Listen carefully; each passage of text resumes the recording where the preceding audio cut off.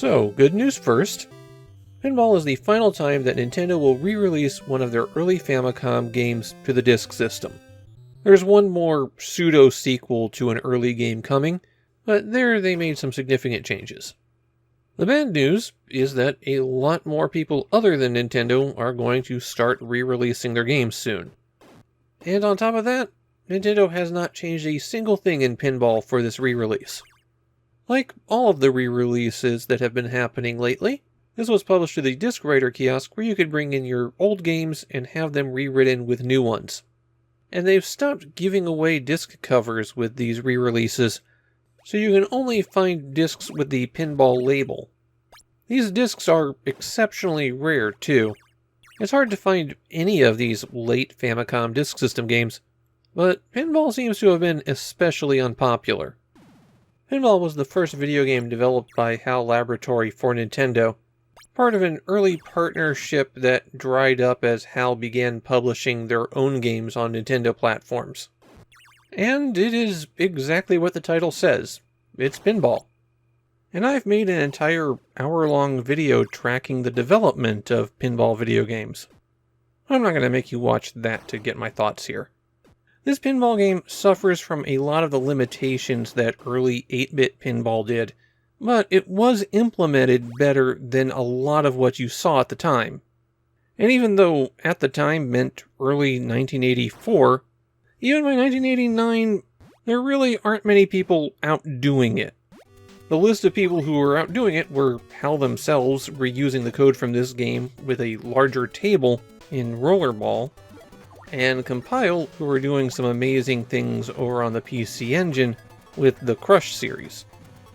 So this is pretty much the fourth best pinball video game that was available at this time. The controls are simple enough. Anything on the D-pad controls the left flipper, the A and B buttons control the right flipper.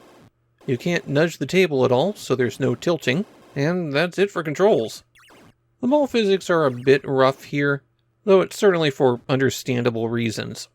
In early pinball games like this, the ball movements were handled by keeping track of the sprite and watching what it collides with. When the ball is flying, it works pretty well here. When it's rolling, you get a bit of the weird bouncing and jiggling that occurs because the ball's trying to move down and colliding with a surface below it. That's behavior that can throw you off while you're trying to make a shot. One thing that is strong here is the table design. It's not the most fantastic, most realistic pinball table in the world, it's just one that's been designed with their limitations in mind, and so it works well with that. The playfield is split in half, so if you fall down from the upper playfield, then you can keep going on the lower. You can technically shoot your way back up to the upper playfield, but it is really hard to do.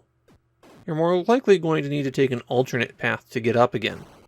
Most of the table features are just worth points, but there are some distinctive things that are worth pointing out. The rollover on the upper playfield will start a slot machine, and if you win it, then you get something that blocks the gap going down. On the lower playfield, there's these rollover targets that are in the middle of everything, that cycle between an egg, a chick, and nothing.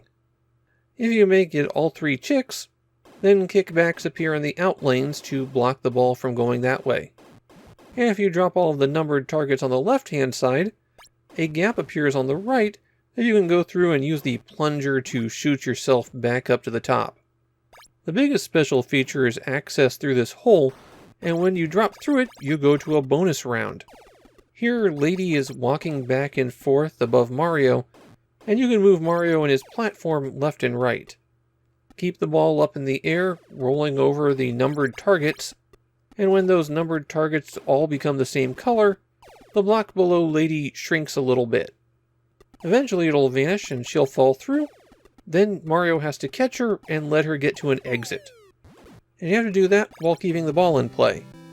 When Lady makes it to the exit, then the ball re-emerges onto the upper playfield.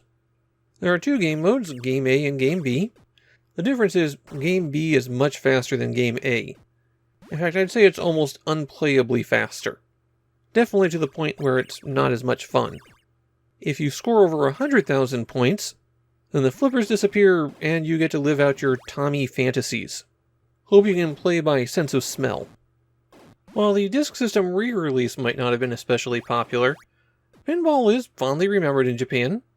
It was, after all, the 11th Famicom game released, and all of those early Famicom games carry a bit of nostalgia there. My feeling on Pinball is, well, I wouldn't play it much these days. Still, I can recognize that it is incredibly important historically.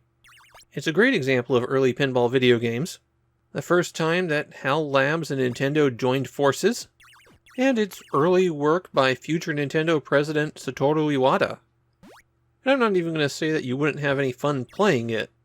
It's just with so many better options out there, there isn't that much reason to return to this one.